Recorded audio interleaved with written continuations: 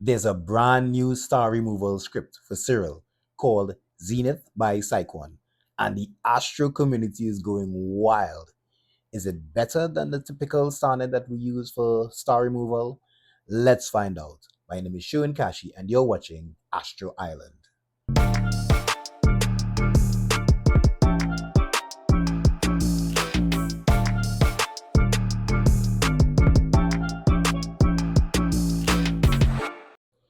So we have Siril open already, and of course, the first thing that we need to do is install the new script, Zenith by SyQon. We have the two usual steps. You go to the hamburger menu, select preferences, and you can type in SyQon or SY and begins to show up. We enable it and we click apply, or you can go to scripts, get scripts, type it in the same way, and SyQon StarLess will appear. Ensure that this is enabled.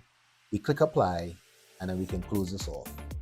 So the first thing that we want to do is to open our image, and what I'll actually be doing is selecting a few images that have really bright stars, and I'm going to also do a comparison between the new Zenith compared to StarNet. Now, before we begin using Zenith, I would have already prepped this image, meaning I would have cropped it, used background extraction, SBCC, a little bit of an aberration remover, and cosmic clarity.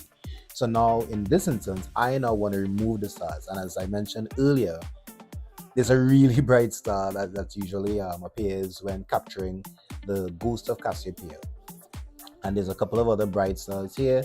So let's see how good the Zenith works. So we go to scripts, Python scripts, processing, and here we have it, SyQon StarLess. So we click on it. The SyQon script comes up, Zenith. Let's just shift this to the side a little bit so you can see everything. And it pops up with the default parameters. You can make whatever changes that you like. Usually default works based on the times that I've tested out. The target background is usually a 0.12, shadow clipping left at 2.18, enable mixed precision AMP. Again, this is for those of you who have a CUDA enabled graphics cards. It helps accelerate the processing times.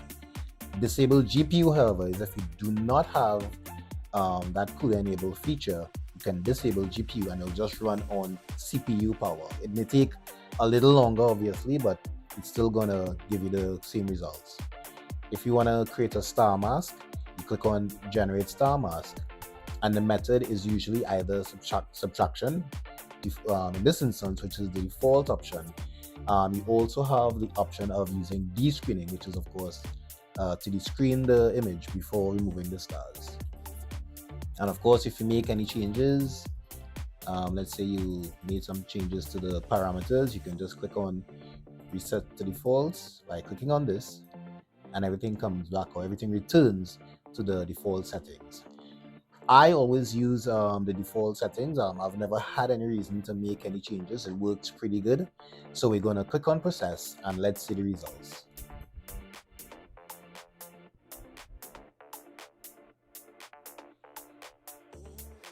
And wow, that was totally amazing. All of the stars are gone, except of course this bright one, which I kind of expect would have happened. However, if we zoom in my opinion, it looks really clean in terms of the method used to remove the stars. I know sometimes in StarNet you'll get little blotches of where the stars used to be. If I remember correctly, the team over at SyQon, they're still making some development in terms of removing really bright stars such as this. So let's now try it with StarNet. We're just going to click undo. So we can bring back the stars, and this time we're going to try it with StarNet and compare the results. Okay, so we go to image processing, we go to star processing, and we select StarNet removal. We select pre-stretch linear image, and in this instance we don't need the stars because again it's just for demonstration purposes. So we can disable this and we click on execute, and we wait for StarNet to do its thing in removing the stars. Okay, so StarNet has completed running and we can already see a clear difference. The first is, of course, the bright star that's next to the ghost of Cassiopeia. If I remember correctly, it's called the Gamma Cassiopeia.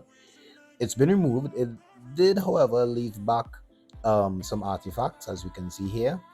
And now, if we hover around the image, we can see some artifacts where the stars were, some of the brighter stars. So if we zoom across here, there's another artifact, and this one, there's some artifacts all over the image. So it will require a little more work, maybe using one of those healing brush tools, or maybe using a clone stamp, or one of those other software, or one of those other features that can remove some of these remaining artifacts. Another thing to keep in mind is, of course, that StarNet is more CPU intensive. It does not use any GPU processing power, as far as I know.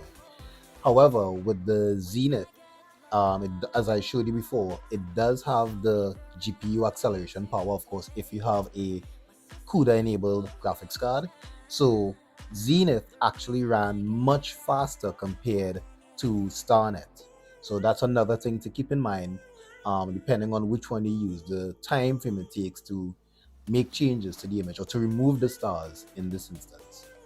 Now we're going to move over to another image, and of course, everyone knows this image. This is the Horsehead Nebula. And for those of you who remove the stars or make attempts to remove the stars from this nebula, knows it's always a pain in the butt to get those stars out. So let's compare now how Zenith works compared to StarNet with regards to the star removal of this image.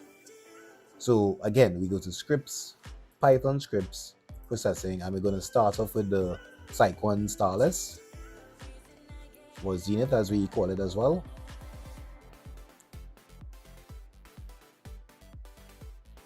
Again, we're going to leave everything at the defaults. Everything at default, subtraction. So we click on process. The star removal is complete, and as we can see, again, Alnitak always is left behind. So as you can see, it's still there. Some of the other stars are still there with a little halo. Let's see if we go scroll up.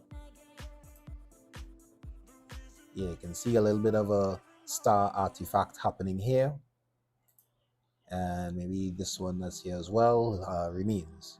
So, however, the other stars have been removed clean and smooth, no artifacts remaining in those instances.